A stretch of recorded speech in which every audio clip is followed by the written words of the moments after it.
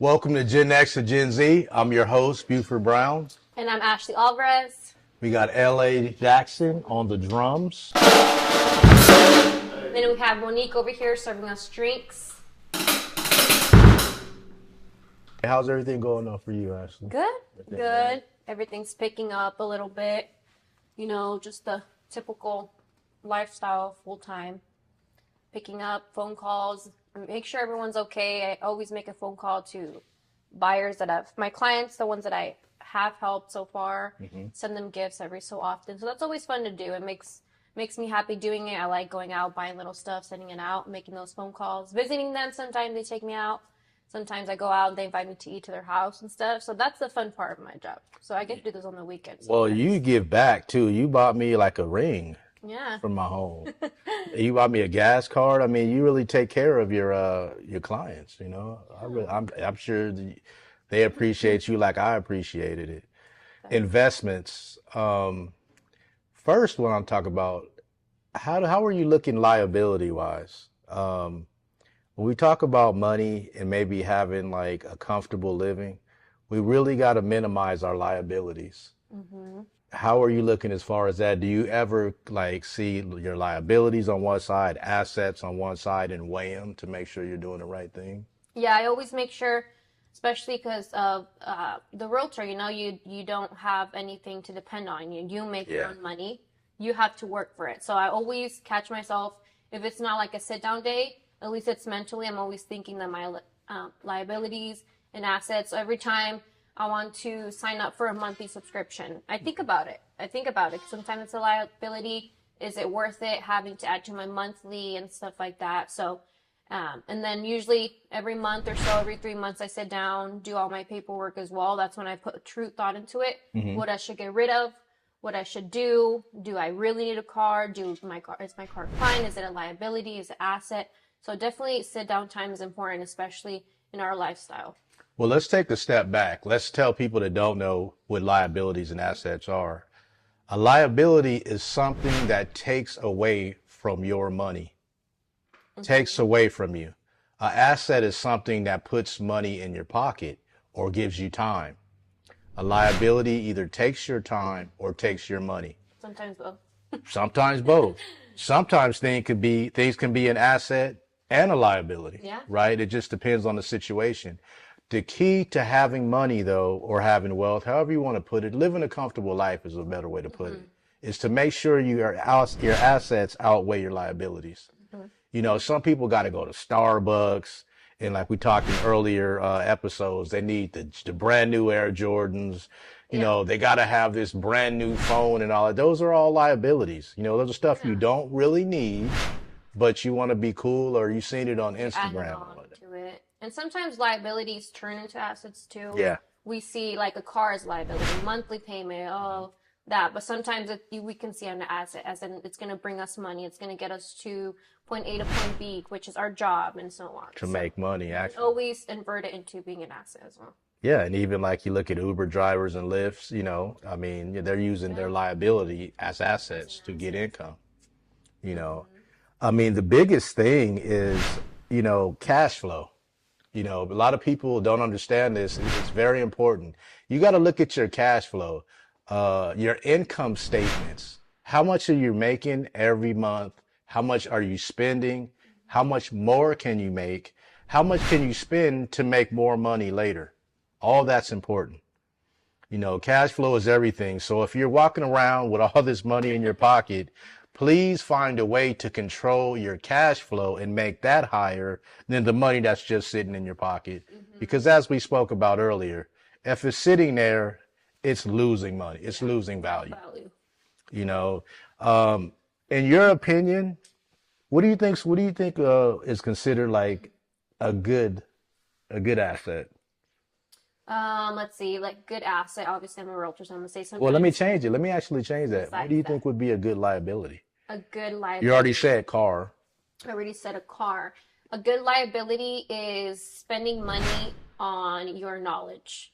So going out to conferences, buying books, buying webinars, buying one-on-one time with coaches is not. It is you use money, and it can be labeled as a liability. but I think it turns into a great asset where it brings you even more money. So knowledge is always going to bring you more money. So the more money you put into your knowledge, into your education, into just knowing everything around you is always going to turn into an asset. So that's a good one for me, besides my car. I love that. I love that. I mean, that's a good example of a liability becoming an asset, because you got to be able to think into the future.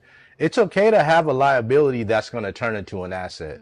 What you don't want to do is have a liability that's going to become worse liability over time. If a liability becomes an asset over time, you're actually just might as well just call it an asset. But like we mentioned cars before, like, you know how much they lose value when they leave as soon as they leave the lot, they're 20,000 gone, Yeah. depending on how much your car is. You gotta upkeep, tune-ups, gas, wear and tear. So you got to keep that in mind. You don't need $200 True Religion jeans. You know, I mean, if it costs that much to cover your ass or whatever, that's fine. But I don't really think you need that.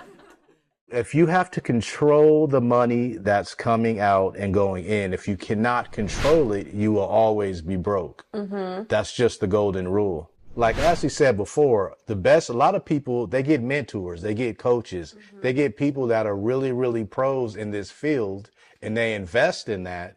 And then they don't just change their way they do things, they change their whole mindset of reality. And it happens like overnight. Like as soon as you leave the webinar, matter of fact, while you're in class, you're already knowing what you're changing, you know? I have a list already. Let's go on a short commercial break. And when we come back, I'm going to let you know the difference between a good investment and a bad investment after these messages.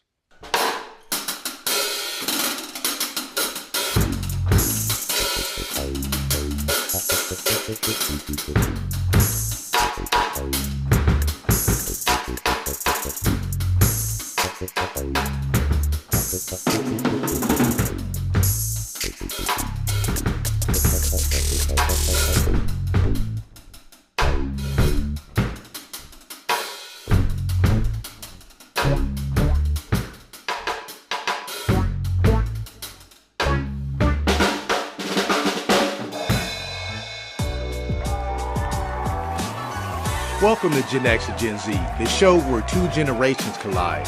Join our dynamic hosts, Buford Brown and Ashley Alvarez, as they dive into the trends, challenges, and cultural quirks that define Generation X and Generation Z. Every Wednesday night at 7 p.m. on YouTube, get ready for lively discussions, fun segments, and a little friendly debate. Whether you're a Gen Xer reminiscing about the past or a Gen Zer shopping the future, this show is for you. So grab your popcorn and tune in for a fresh take on the generational divide.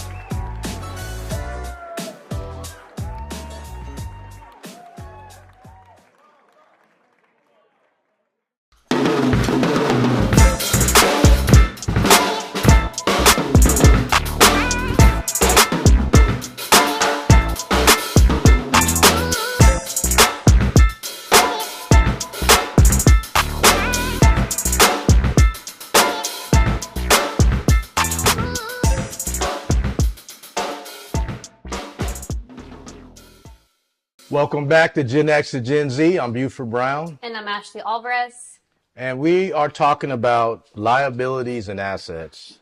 Like I promised, I'm going to let you guys in on the difference between a good investment and a bad investment. Before I do that, can I get some lemonade, honey? Because I know that. I'm thirsty. Get some of that here. Thank you so much. Gracias. Appreciate it. There you go. Let's start with a bad investment. A bad investment is when you invest in something and there is nothing coming back to you at all. As a matter of fact, you're spending more money for what you invested in. Makes no sense.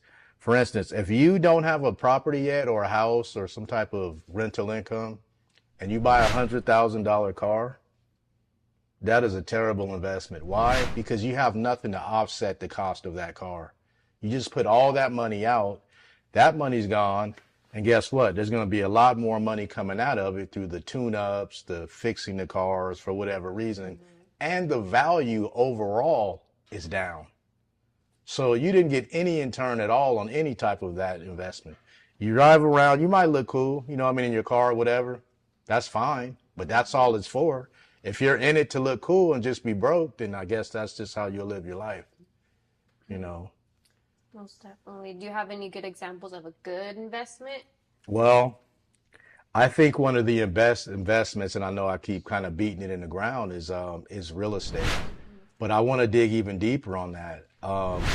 When you could spend money on a property, what you want to do is you want to spend money in a developing area that you know is going to develop, where they have schools, people are coming because of they're building malls, people are going to be coming that way because of jobs, stuff like that. You know that that real estate is going to go up really, really fast. So that's a great investment.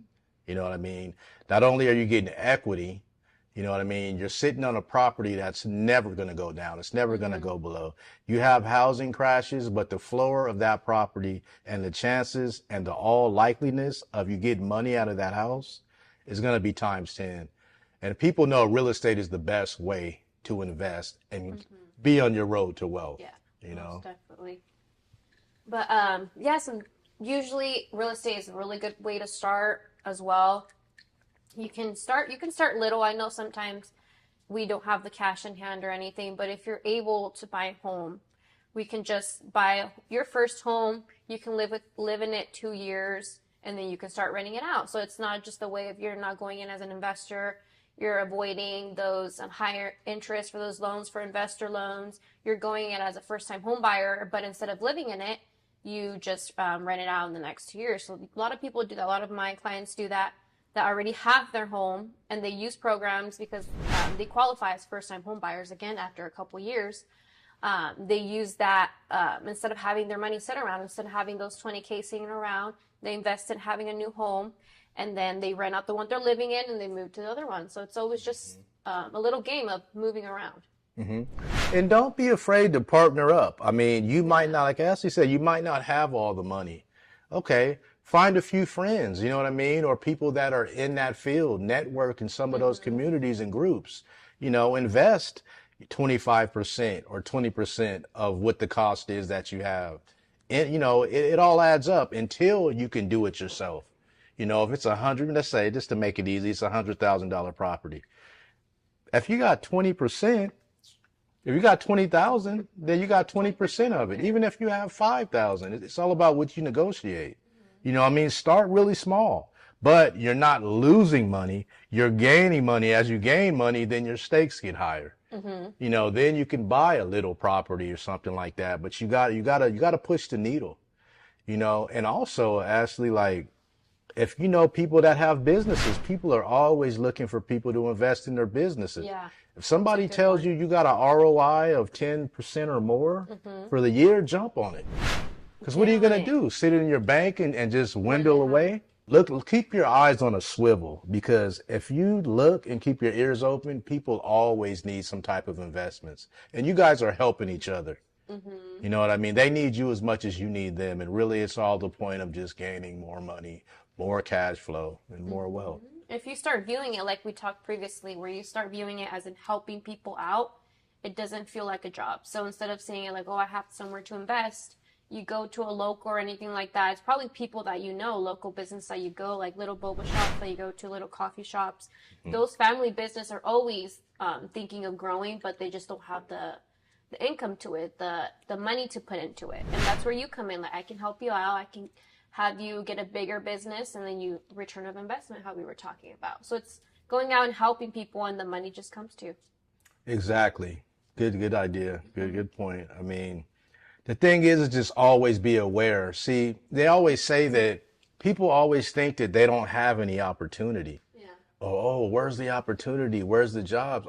Everything's already laid out. It's already there. All you got to do is open your eyes and talk to people. You know what I mean? All you got to do is make yourself available and accessible, and you will get right to the point that you need to make any investments you need. We'll be right back with Gen X to Gen Z after these.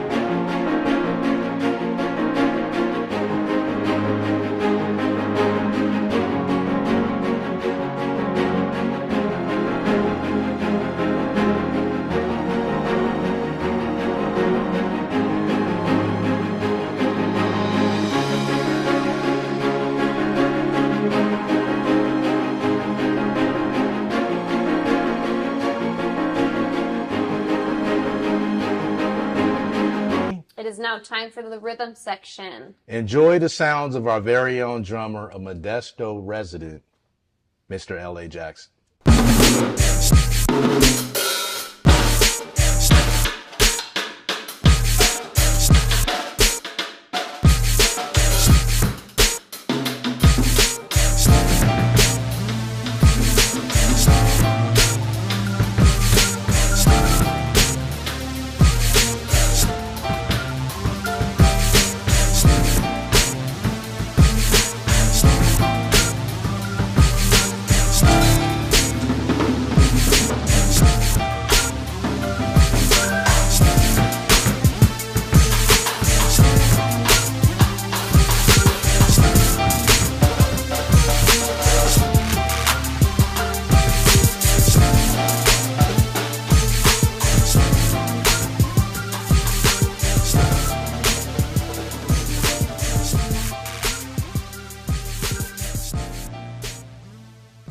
Let's give it up for L.A. Jackson.